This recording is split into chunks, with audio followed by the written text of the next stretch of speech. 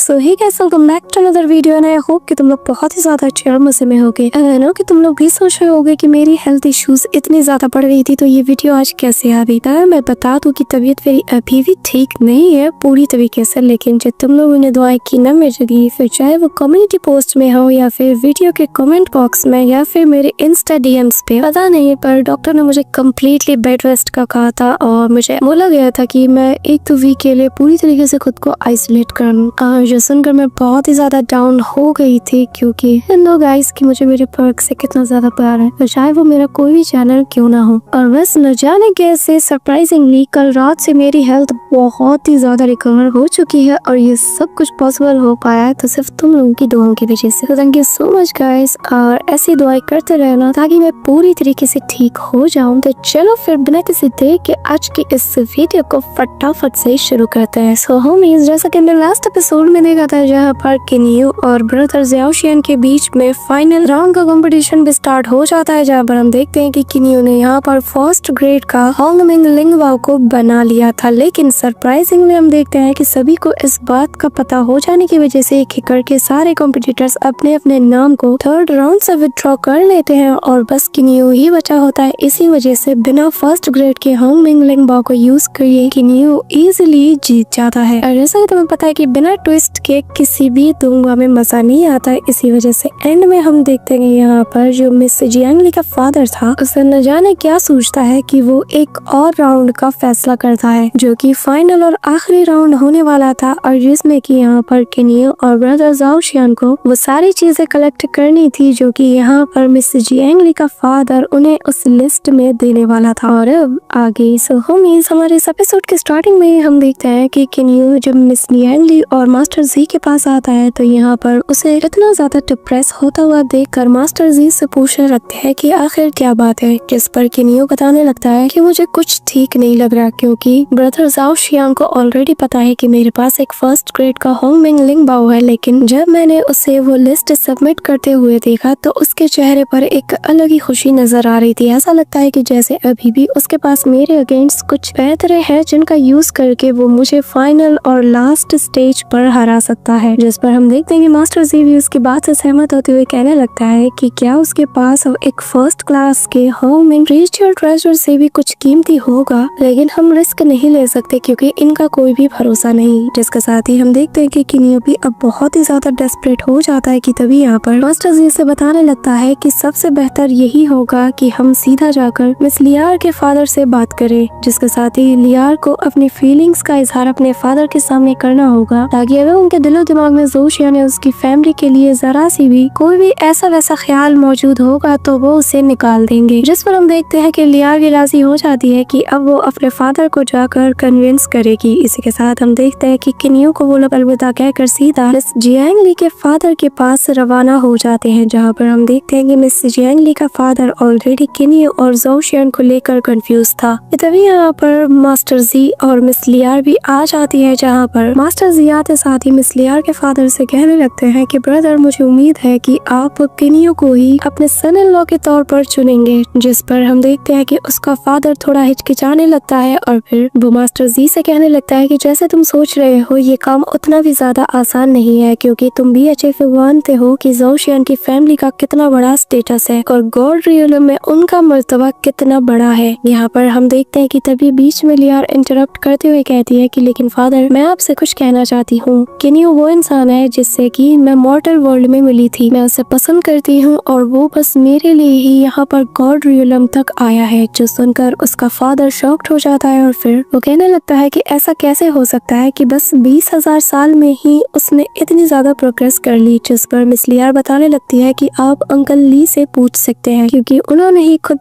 किन्यू को ट्रेन किया था। जिस पर हम देखते हैं कि मास्टर जी भी हाँ में जवाब देते हुए कहता है कि लियार जो भी कह रही है वो सच है और किन्यू बस यहाँ तक लियार के लिए ही आया है। जो सुनकर यहाँ पर उसके फादर को सब कुछ समझ आ जाता है कि किन्यू क्यों इस हद तक लियार के लिए जा रहा है। यहाँ पर जब दोबारा से मिस लियार अपनी फीलिंग्स का इजहार करती है और कहती है कि मैं किन्यू से ही शादी करना चाहती हूँ, तो उसके फादर को गुस्सा आ जाता है और फिर वो मिस लियार से कहने लगता है कि आखिर तुम अपनी कजन से ज्यादा एक बाहरी लड़के को इतनी ज्यादा प्रायोरिटी कैसे दे सकती हो। जिस पर जैसे ही मिस लियार जवाब देने जाती है तो उसका फादर उस पर अटैक कर देता देता है, लेकिन मास्टर ली बीच में आकर उसके अटैक को रोकते हुए कहने लगते हैं कि ब्रदर पागल मत बनिए। यहाँ पर लियार को भी अपनी फीलिंग्स का इजहार करने का पूरा अधिकार है, साथ ही उसे अधिकार है कि वो अपना लाइफ पार्टनर अपनी मर्जी से चुने। लेकिन हम देखते हैं कि मिस लियार का फादर पूरी तरीके से बौखला जाता है, जो देखकर यहाँ पर मास्टर जी अपने वेपन को निकालते हुए कहता है कि अगर लड़ाई करके आपको ये लगता है कि आप मिस लियार के साथ जबरदस्ती कर सकते हो तो ये आपकी गलतफहमी है। यहाँ पर हम देखते हैं कि मिस लियार का फादर कहने लगता है कि तुम्हें ये वेपन्स दिया गया था कि तुम हमारे इस प्याउश सिटी को प्रोटेक्ट कर सको, न कि अपने ही लोगों के खिलाफ तुम इसे उठाओ। जिस पर हम देखते हैं कि मास्टर जी भी अपने वेपन को रखते हुए कहने लगता है कि ब्रदर मैं आपको कुछ बताना चाहता हूँ। किनियो जो है वो एक लाइफ स्कूल का होस्ट है। सुनकर यहाँ पर मिस जियांग ली का फादर शॉक्ड हो जाता है और मास्टर जी आगे बताने लगता है कि यहाँ पर जितने भी लोगों ने इस मैरिज प्रपोजल में हिस्सा लिया है वो बस हमारी लियार का फायदा उठाना चाहते हैं, वो उसकी मदद से गॉड बनना चाहते हैं। लेकिन किनियो ही एक वाहिद इंसान है जो कि अपना सब कुछ मिस लियार को देने वाला है और जो उसके लिए किसी भी हद तक जा सकता है, और मुझे यकीन है कि वो अपनी जान भी लियार के लिए दे सकता है, जिससे अगर इनकी शादी हो जाती है तो न सिर्फ आपके पास एक पावरफुल सन इन लॉ होगा बल्कि आपके पास किंग ऑफ लाइफ की डॉटर भी होगी, और जिसके बाद हमारी फैमिली 8 फैमिलीज में सबसे ज्यादा स्ट्रॉन्गेस्ट बन जाएगी। जी सुनकर यहाँ पर मिस लियार का फादर कहने लगता है कि सेकंड ब्रदर मैं चाहता हूँ कि आप मुझे थोड़ा टाइम दे। जिस पर मास्टर जी कहने लगता है कि मुझे उम्मीद है कि आप किनियो को ही चुनोगे, क्योंकि इसमें कोई शक नहीं है कि किनियो हमारे फैमिली के लिए बेस्ट है। लेकिन हम देखते हैं कि मिस लियार का फादर मास्टर जी से कहता है कि मुझे तुम दोनों थोड़ा टाइम दो। जिस पर हम देखते हैं कि वो दोनों यहाँ से चले जाते हैं और फिर हम देखते हैं कि मिस लियार का फादर जोशियान के उस स्क्रोल को ओपन करता है जिसमें कि लिखा हुआ था कि ये लोग अपने क्लैन के बहुत ही पावरफुल ट्रेजर को यहाँ पर मिस लियार के फादर को दे रहे हैं। इसे रीड करके यहाँ पर मिस लियार का फादर कहने लगता है कि इस बार मैं बस अपने बारे में सोचना चाहता हूँ। इसी के साथ हमें थोड़ी देर बाद का सीन दिखाया जाता है जहाँ पर मिस जियांग ली का फादर अपनी वाइफ से बात करते हुए कहने लगता है कि जो फैमिली ने इस वक्त हमें बहुत ही बड़ा ऑफर दिया है और जिसकी मदद से अगर मैं गॉड बन जाता हूँ तो हमारी जियांग ली फैमिली को मैं हमेशा प्रोटेक्ट कर पाऊंगा। जिस पर हम देखते हैं यहाँ पर मिस जियांग ली की मदर कहने लगती है कि पर क्या उन्होंने जो ऑफर दिया है वो इसे लेकर सीरियस है। जिस पर मिस लियार का फादर कहने लगता है कि ये तो अब हमें उनसे मिलकर ही पता चलेगा। लेकिन तभी हम देखते हैं कि यहाँ पर जोशियान का फादर आ जाता है, जिसे देखकर यहाँ पर मिस लियार का फादर कहने लगता है कि मैं भी आपसे ही मिलने आने वाला था। जिसके बाद जियांग ली यानी कि मिस लियार की मदर वहाँ से चली जाती है और फिर यहाँ पर ये दोनों मर्द आपस में बातचीत करने बैठ जाते हैं, जहाँ पर हम देखते हैं कि मिस जियांग ली का फादर यहाँ पर जोशियान के उस स्क्रोल को आगे करते हुए कहने लगते हैं कि जोशियान ने यहाँ पर जो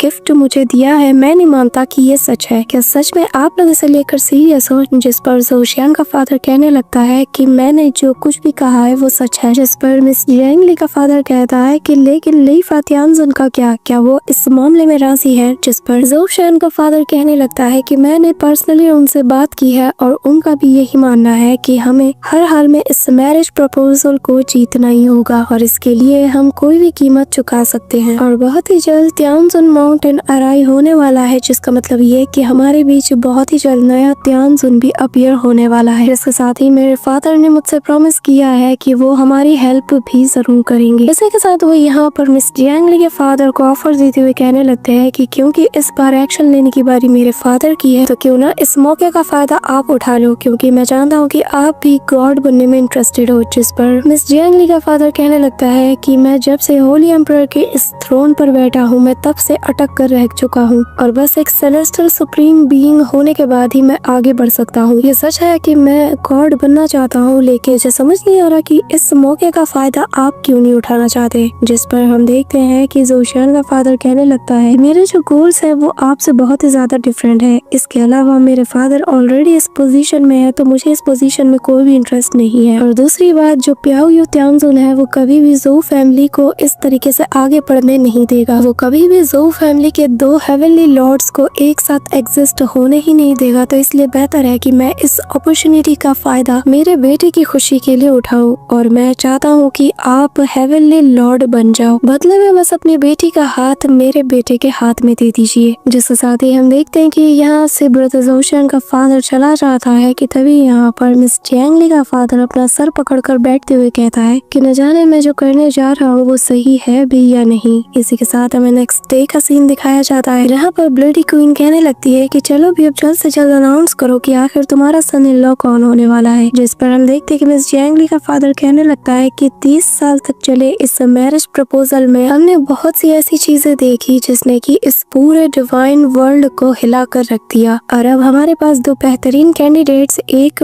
किन्यू जिसने की एक फर्स्ट क्लास के होंगमिंग लिंगबाओ को रिफाइन किया, वहीं दूसरी तरफ ज़ोउ शियान और उसकी फैमिली जिसने की हर राउंड में अपना जलवा दिखाया है। किन्यू, ज़ोउ शियान, तुम दोनों ही यंगर जनरेशन के गॉड रियलम के सबसे माहिर इंसान हो, लेकिन बस तुम में से कोई एक ही मेरा सन इन लॉ बनने के लायक है, और जो मेरा सन इन लॉ बनने वाला है वो यहाँ पर हम देखते हैं कि ये सुनते साथ ही किन्यू और ज़ोउ शियान दोनों की सांसें थम सी जाती है। और फिर मिस जियांग ली का फादर कहने लगता है कि जो आज यहाँ पर मेरा सन इन लॉ बनेगा वो लेइफा सिटी के रूलर ज़ोउ फैमिली का बेटा ज़ोउ शियान है। जो सुनकर यहाँ पर किन्यू बुरी तरीके से शॉक्ड हो जाता है, उसकी धड़कनें सी रुक जाती है और यहाँ पर लियार भी बहुत ही ज्यादा डर जाती है, और वो यहाँ पर अपने फादर से जैसे ही कुछ कहने वाली होती है कि तभी यहाँ पर उसका फादर एक स्पेल को यूज करता है जिससे मिस लियार की बोलती वहीं पर बंद हो जाती है और वो चाहकर भी कुछ बोल नहीं पाती। लेकिन जैसे ही वो किन्यू के पास जाने लगती है तभी यहाँ पर उसकी मदर उसका हाथ पकड़कर उसे रोकने लगती है। यहाँ पर हम देखते हैं कि किन्यू भी लियार को देखकर बहुत ही ज्यादा पैनिक कर जाता है और वो कहने लगता है कि आखिर ये क्या हो रहा है। यहाँ पर हम देखते हैं कि मिस लियार का फादर कहने लगता है कि किन्यू, तुम बहुत ही ज्यादा टैलेंटेड पर्सन हो, लेकिन ज़ोउ शियान तुमसे बेहतर है और मैं तुम्हारी फीलिंग्स की कदर करता हूँ। जिस पर हम देखते हैं कि किन्यू को बहुत ही ज्यादा गुस्सा आ जाता है और फिर वो अपनी पावर की ऑरा को रिलीज करते हुए पागलों की तरह हंसना शुरू कर देता है, जो देखकर सभी लोग हैरान हो जाते हैं। और फिर किन्यू हंसते हुए कहने लगता है कि लानत हो तुम्हारे जैसे बाप पर, तुम एक बाप होकर भी अपनी बेटी की फीलिंग्स को नहीं समझ सकते। जिस पर मिस लियार का फादर कहने लगता है कि मैंने जो भी फैसला लिया है वो बहुत ही ज्यादा फेयर है। जिस पर किन्यू कहता है कि फेयर क्या, सच में आपने यहाँ पर इंसाफ किया है? आपने कहा था कि 3 राउंड्स में जो भी 2 राउंड्स को जीतेगा वो विनर होगा। मैंने ऑलरेडी 3 में से 2 राउंड को जीत लिया है, लेकिन फिर भी आपने चौथा राउंड को यूज किया और ज़ोउ शियान को विनर घोषित कर दिया। आखिर ये कहाँ का इंसाफ हुआ? मैंने यहाँ पर आपको एक फर्स्ट ग्रेड का होंगमिंग लिंगबाओ दिया है, तो बताइए आखिर इससे भी ज्यादा ऐसी कौन सी प्रीशियस चीज है जो ज़ोउ शियान ने आपको दिया है। जिस पर यहाँ पर ज़ोउ शियान का फादर खड़ा हो जाता है और वो कहने लगता है कि मैंने हमारे ज़ोउ फैमिली के एक बहुत ही पावरफुल ट्रेजर को दिया है। जिससे यहाँ पर मिस लियार का फादर पूरी तरीके से सेटिस्फाइड है, तो तुम्हें इसमें टांग अड़ाने की जरूरत नहीं है। जिस पर किन्यू कहता है कि यहाँ पर मुकाबला ताकत का हो रहा है और उससे भी ज्यादा कीमत की, तो आखिर मेरे प्रीशियस गिफ्ट से भी ज्यादा प्रीशियस चीज कौन सी हो सकती है? सच सच बताइए आखिर इन्होंने आपको क्या ऑफर दिया है। जिस पर मिस लियार का फादर दोबारा से कहने लगता है कि मैंने यहाँ पर जो भी फैसला लिया है वो पूरी तरीके से सही है। लेकिन हम देखते हैं कि किन्यू यहाँ पर उसकी तरफ आगे बढ़ते हुए अपनी ऑरा को रिलीज करने लगता है और कहता है कि दोबारा पूछ रहा हूँ, सच सच बताओ कि आखिर इन लोगों ने आपको क्या ऑफर दिया। जिस पर हम देखते हैं कि यहाँ पर ज़ोउ शियान गुस्से के साथ कहने लगता है कि आखिर तुम्हारी हिम्मत कैसी हुई उनसे ऐसे बात करने की। इसी दौरान हम देखते हैं कि यहाँ पर मास्टर जी भी आ जाते हैं और वो कहने लगते हैं कि हाँ, मैं भी जानना चाहता हूँ कि आखिर ज़ोउ शियान और उसकी फैमिली ने आपको ऐसा क्या गिफ्ट दिया जैसा कि आपने यहाँ पर ज़ोउ शियान को विनर घोषित किया। कि तभी हम देखते हैं कि ब्लडी क्वीन भी कहती है कि हाँ, हम भी जानना चाहते हैं कि आखिर यहाँ पर मिस जियांग ली का फादर क्या छुपा रहा है। यहाँ पर हम देखते हैं कि ज़ोउ शियान का फादर हवा में फ्लोट करते हुए कहने लगता है कि अब बस बहुत हो गया, इस किन्यू ने एरोगेंट बनने की सारी हदें पार कर दी है और अब इसे सजा मिलकर रहेगी। कि तभी हम देखते हैं कि बाकी के कुछ गॉड यहाँ पर ज़ोउ शियान के फादर का साथ देने के लिए आ जाते हैं और फिर हमें बताया जाता है कि इन लोगों को भी यही लगता है कि किन्यू फ्यूचर में आगे चलकर इनके लिए खतरा बनने वाला है। इसी वजह से आज यहाँ पर ये लोग ज़ोउ शियान का साथ दे रहे हैं। इसी के साथ हम देखते हैं कि यहाँ पर 8 फैमिलीज को इस हद तक यूनाइट देखकर मास्टर जी कहने लगता है कि मानना पड़ेगा, जब भी गलत का साथ देने की बारी आती है तो 8 फैमिलीज हमेशा एक फ्रेम में बहुत ही ज्यादा यूनाइट नजर आती है। इसी के साथ हमें मास्टर जी के पास्ट का एक सीन दिखाया जाता है जहाँ पर उनके प्यार को इन लोगों ने ऐसे ही टॉर्चर किया था और यहाँ पर उसे मौत के घाट उतारने के लिए ये सभी लोग एकजुट हो गए थे, लेकिन मास्टर जी ने उसे बचाने की हर हद तक कोशिश की पर एट दी एंड सारे गॉड्स ने मिलकर उसे ट्रैप कर लिया था। लेकिन हम देखते हैं यहाँ पर उसके भाई ने खुद को सैक्रिफाइस करके उसे बचाने की कोशिश की और वो एस्केप करने में भी कामयाब हो जाती है। लेकिन हम देखते हैं कि तभी यहाँ पर बाकी के गॉड्स भी उसे रोक लेते हैं और यहाँ पर मिस जियांग ली का फादर मास्टर जी को ट्रैप करते हुए कहता है कि मुझे तुमसे ये उम्मीद नहीं थी, लेकिन अफसोस के साथ कहना पड़ रहा है कि तुम्हारी हेल्प के बावजूद भी आज वो यहाँ से जिंदा वापस नहीं जा सकती और आमी को आज यहाँ पर मरना होगा। इसी के साथ हम देखते हैं कि एक एक करके सारे गॉड उस पर अटैक करते हुए उसे पूरी तरीके से सप्रेस करने में लग जाते हैं और वो लोग कहने लगते हैं कि गॉड ऑफ लाइफ चिंता मत करो, आज तुम यहाँ पर मरने वाली हो क्योंकि हम अपने फ्यूचर में पैदा होने वाले हर एक खतरे को मिटा कर रख देंगे। जिसके साथ हम देखते हैं कि यहाँ पर ये सभी लोग अपने पावरफुल ट्रेजर्स को बाहर निकाल लेते हैं और फिर 7 एलिमेंट्स वाले इस डेडली अटैक को क्रिएट करने लगते हैं, जहाँ पर ये लोग अपने सबसे पावरफुल ट्रेजर्स को एक साथ कंबाइन करके एक बड़े से पावरफुल फॉर्मेशन को बना लेते हैं और फिर यहाँ पर एक बड़ी सी जाइंट स्वॉर्ड बन जाती है, जिसे देखकर मास्टर जी बहुत ही ज्यादा डर जाते हैं और फिर वो खुद को ट्रैप से आजाद करके सीधा अमई की तरफ तेजी से बढ़ने लगते हैं कि तभी हम देखते हैं कि यहाँ पर वो बस कुछ ही सेकंड से रह जाते हैं और वो स्वॉर्ड सीधा किंग ऑफ लाइफ को पूरी तरीके से डिस्ट्रॉय कर देती है, इवन कि उसकी सोल भी डिस्ट्रॉय हो जाती है कि तभी हमें प्रेजेंट टाइम का सीन दिखाया जाता है, जहाँ पर मास्टर जी कहने लगता है कि ब्रदर मुझे आपसे ये उम्मीद नहीं थी, आपने पास्ट में ऑलरेडी अपनी सेल्फिशनेस की वजह से एक बार गलती की थी, लेकिन आज मैं यहाँ पर आपको सेम चीज रिपीट करने नहीं दूंगा। आपने जो अमई के साथ पास्ट में किया था मैं वो किनियो के साथ नहीं होने दूंगा। यहाँ पर हम देखते हैं किनियो लियार से कहने लगता है कि लियार मैं माफी चाहता हूँ, मैं जिस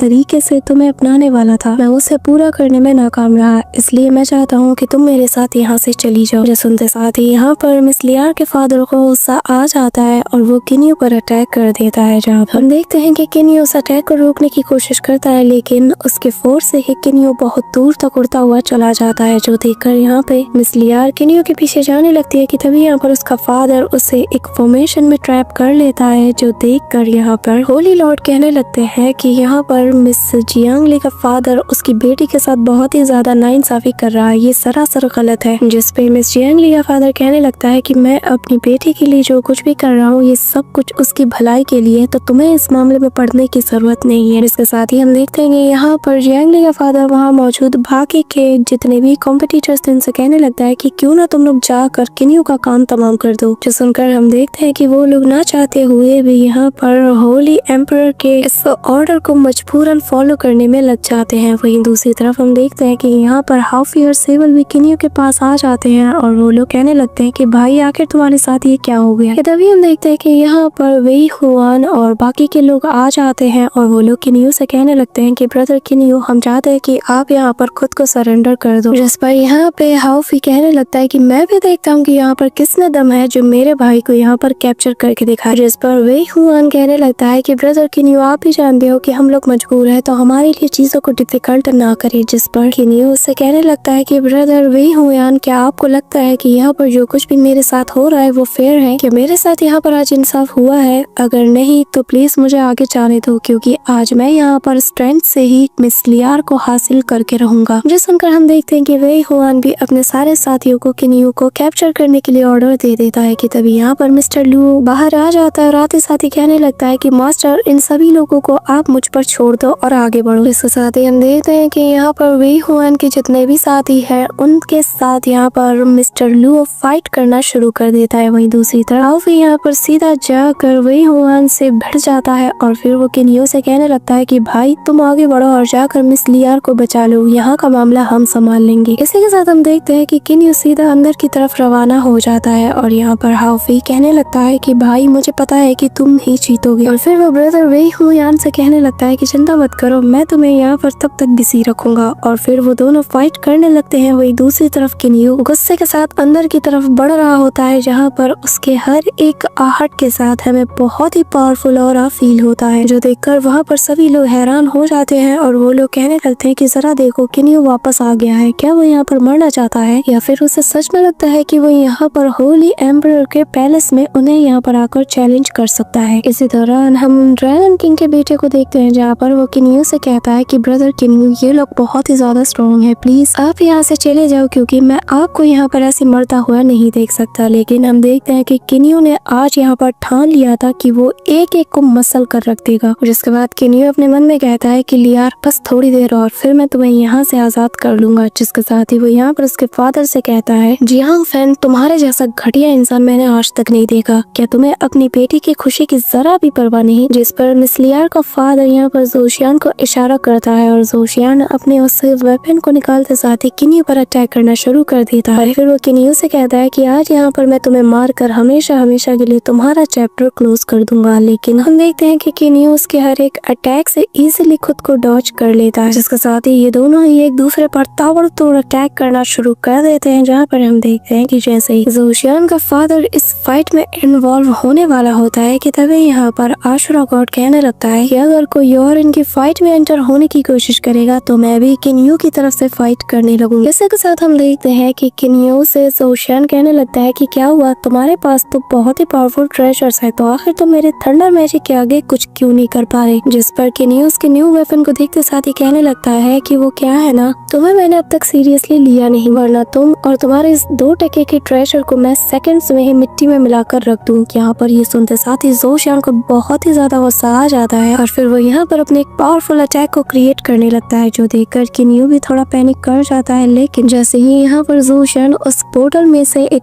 थंडर ईल को बाहर निकालता है, किनियो भी अपने स्पिरिचुअल स्पेयर को बाहर निकालकर उसके पेट में घुसा देता है और उसकी बॉडी के पूरी तरीके से आर पर ले जाते हुए उसे डिस्ट्रॉय कर देता है, जो देखकर जोशियान का मुंह खुला का खुला रह जाता है। जिसके बाद हम देखते हैं कि नियो का वो स्पिरिचुअल स्पेयर सीधा जोशियान की तरफ बढ़ रहा था, जो देखकर जोशियान यहाँ पर अपनी शील्ड को क्रिएट करता है। लेकिन नियो का वो स्पेयर उसके शील्ड को भी डिस्ट्रॉय करते हुए सीधा यहाँ पर उसके उस थंडर वेपन पर जा टकराता है और फिर वो सीधा उसे दीवार से सटा देता है। जिसके बाद हम देखते हैं कि यहाँ पर ये जो ट्रेजर उसकी बॉडी में लगा हुआ था, किनियो का स्पेयर इसे भी 2 हिस्सों में तोड़ देता है कि तभी यहाँ पर जोशियान का फादर फाइट में इन्वॉल्व होते हुए यहाँ पर जोशियान को बचा लेता है और फिर किनियो को दूर झटक देता है। और यहाँ पर इस नजारे को देखकर सारे गॉड्स शॉक्ड हो जाते हैं कि किनियो के इस स्पेयर ने जोशियान की बॉडी पर लगे इतने पावरफुल डिफेंसिव शील्ड को भी डिस्ट्रॉय करके रख दिया। वहीं दूसरी तरफ जोशियान का फादर भी अपनी फुल पावर को एक्टिवेट करते हुए कहता है कि जो भी मेरे और मेरे फैमिली के मामले में टांग अड़ाएगा और उनसे पंगा लेने की कोशिश करेगा उसे मैं जान से मारकर रख दूंगा और आज तुम्हें भी इसकी सजा जरूर मिलेगी। ये कहते साथ ही वो किनियो पर एक फॉर्मेशन को एक्टिवेट कर देते हैं जिसे कि गॉड पनिशमेंट भी कहा जाता है, जिससे हम देखते हैं कि किनियो के पैरों के नीचे एक बड़ा सा फॉर्मेशन बन जाता है जो कि देखने में बहुत ही ज्यादा मिस्टीरियस लग रहा था और जिनसे ताबड़तोड़ थंडर एनर्जीज निकल रही थी, जिससे कि किनियो डॉज करने में लग जाता है। तो इसके बाद हम देखते हैं कि किनियो अटैक से डॉज करते हुए उस फॉर्मेशन से बाहर आ जाता है और फिर यहाँ पर जोशियान का फादर उससे कहने लगता है कि तुमने मेरे बेटे को हर्ट करने की कोशिश की है और जिसकी कीमत तुम आज यहाँ पर अपनी जान देकर चुकाओगे। ये कहते साथ ही वो यहाँ पर अपनी थंडर एनर्जी से एक पावरफुल बॉल को क्रिएट कर लेता है और जिसे देखकर मास्टर जी किनियो को सावधान रहने के लिए चेतावनी देते हैं कि तभी यहाँ पर हम देखते हैं कि किनियो भी अपने हैंड साइन को क्रिएट करते हुए वहाँ पर एक वर्टेक्स को क्रिएट कर लेता है और फिर सीधा उस वर्टेक्स के साथ उस अटैक से जा भिड़ता है। यहाँ पर जैसे ही दोनों के अटैक आपस में कोलाइड करते हैं तो यहाँ पर जमीन को फाड़ देने वाली इतनी पावरफुल शॉक वेव्स निकलती है कि सारे गॉड्स यहाँ पर हैरान हो जाते हैं। साथ ही फिर हमें पता चलता है कि असल में किनियो ने ये अटैक अपने क्लोन के जरिए से करवाया था, जो देखकर सभी का मुंह खुला का खुला रह जाता है। वो लोग कहते हैं कि ब्रदर किनियो आखिर इस हद तक पावरफुल कैसे हो सकते हैं कि वो यहाँ पर होली एम्परर के पैलेस में जो फैमिली के एंडर को बराबर की टक्कर दे पा रहे हैं। लेकिन तभी हम देखते हैं कि यहाँ पर किनियो ने उसके अटैक को पूरी तरीके से सप्रेस कर लिया था और अब वो तेजी से यहाँ पर जोशियान के फादर की तरफ बढ़ता है। लेकिन हम देखते हैं कि इससे पहले कि वो सीधा वो अटैक जाकर जोशियान के फादर पर लैंड करता, उसका फादर उसके फिस्ट को पकड़ लेता है और फिर वहीं दूसरी तरफ किनियो की जो ओरिजिनल बॉडी होती है वो पीछे से जाकर यहाँ पर उस पर अटैक करना शुरू कर देती है। लेकिन तभी हम देखते हैं कि जोशियान का फादर उसे एक फॉर्मेशन में ट्रैप करके उसे वॉइड के अंदर भेजने वाला था, लेकिन इमीडिएटली मास्टर जी अपने उसी वेपन का यूज करते हुए उसके उस वॉइड को पूरी तरीके से डिस्ट्रॉय कर देता है और कहने लगता है कि मैं आज यहाँ पर किनियो के साथ सेम चीज कभी भी नहीं होने देने वाला, जो कि तुम लोगों ने पास्ट में एक बार किया था और अगर तुम किनियो को मारना चाहते हो तो तुम्हें सबसे पहले मेरा सामना करना होगा। लेकिन तभी हम देखते हैं कि यहाँ पर जैंगली का फादर उस पर अटैक करते हुए कहता है कि सेकंड ब्रदर आखिर तुम क्यों बार बार मेरे खिलाफ जा रहे हो, जिस पर मास्टर ली यहाँ पर कहने लगता है कि तुमने जो पास्ट में आमी के साथ किया था मैं वो दोबारा से रिपीट होने नहीं दे सकता। जिस पर यहाँ पर मिस जैंगली का फादर कहने लगता है कि ब्रदर आखिर तुम ऐसा क्यों कर रहे हो, तुम अच्छे से जानते हो कि यहाँ पर डिवाइन वर्ल्ड में हमारा एक मिशन है और गॉड वॉर को बीते हुए बहुत साल हो चुका है, तो तुम दोबारा से बार बार उसका जिक्र क्यों करते हो? क्या तुम अपने सगे भाई को बिट्रे करना चाहते हो और अपनी फैमिली को भी? जिस पर हम देखते हैं कि मास्टर जी के पास कोई जवाब नहीं होता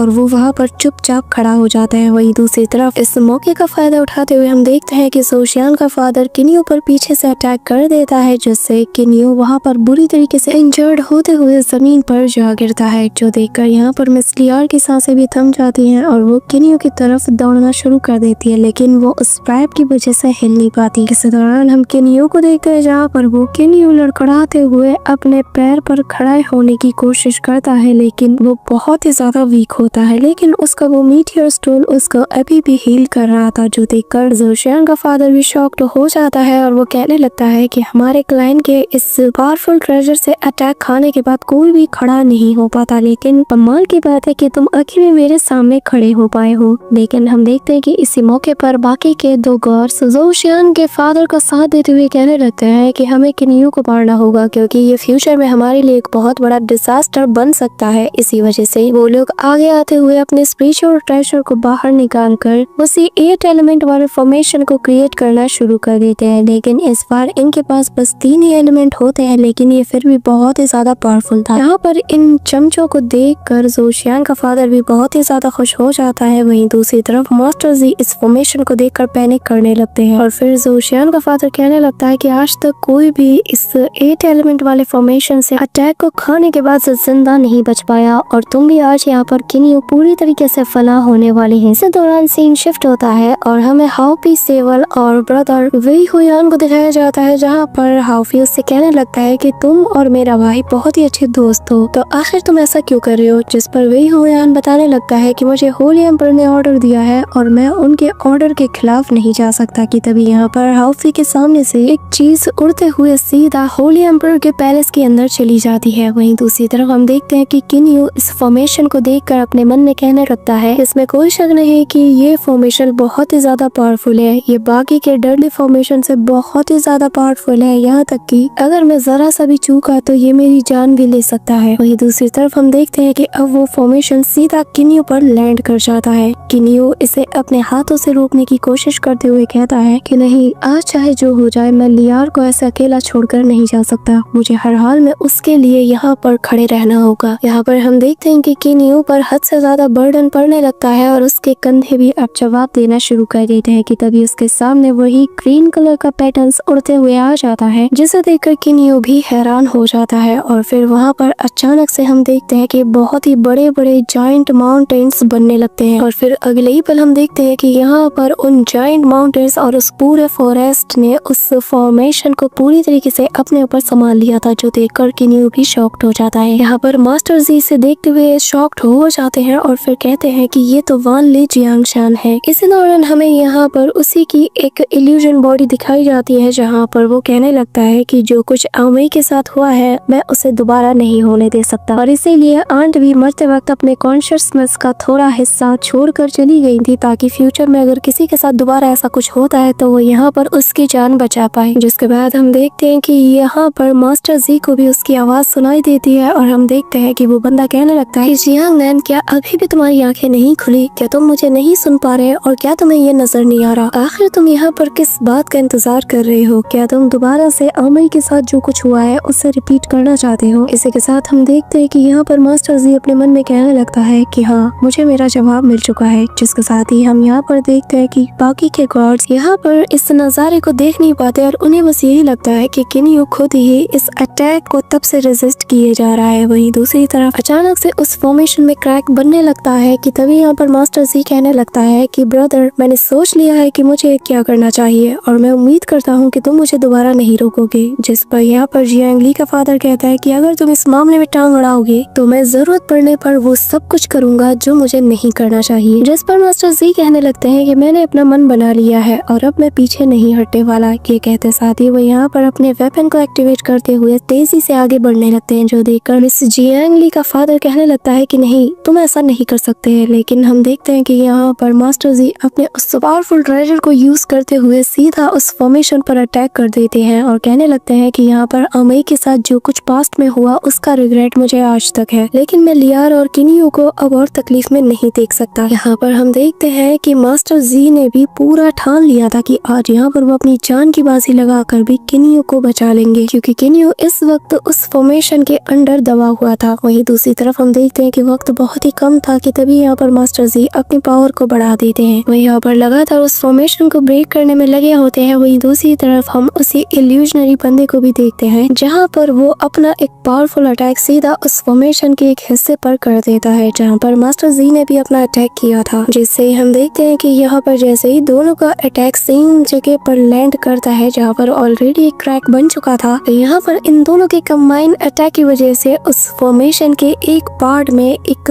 बड़ा सा होल बन जाता है, जिससे वहाँ पर वो फॉर्मेशन कमजोर पड़ जाता है। और जैसे ही ये मौका किन्यू देखता है वो इमीडिएटली वहाँ से एस्केप करने लगता है और फिर सेकंड्स में ही वो उस फॉर्मेशन से बाहर आ जाता है। लेकिन किन्यू की हालत इस वक्त बहुत ही ज्यादा मिजरेबल नजर आ रही थी और फिर वो सीधा मिस लियार के पास चला जाता है जहाँ पर वो बहुत ही ज्यादा तकलीफ में थी और बिना कुछ बोले बस रोए जा रही थी। यहाँ पर हम किन्यू को भी देखते हैं जहाँ पर उसके अंदर अब लड़ने की जरा सी भी ताकत नहीं बची थी, क्योंकि उस फॉर्मेशन के अंदर जाने की वजह से किन्यू की स्पिरिचुअल एनर्जी बहुत हद तक ड्रेन हो चुकी थी। So that's it for today guys. I hope कि तुम सबको आज की वीडियो काफी ज्यादा पसंद आई होगी। अगर हाँ तो वीडियो को लाइक करना, चैनल पे नए हो तो सब्सक्राइब करना। तो मिलते हैं नेक्स्ट वीडियो में, तब तक के लिए बाय।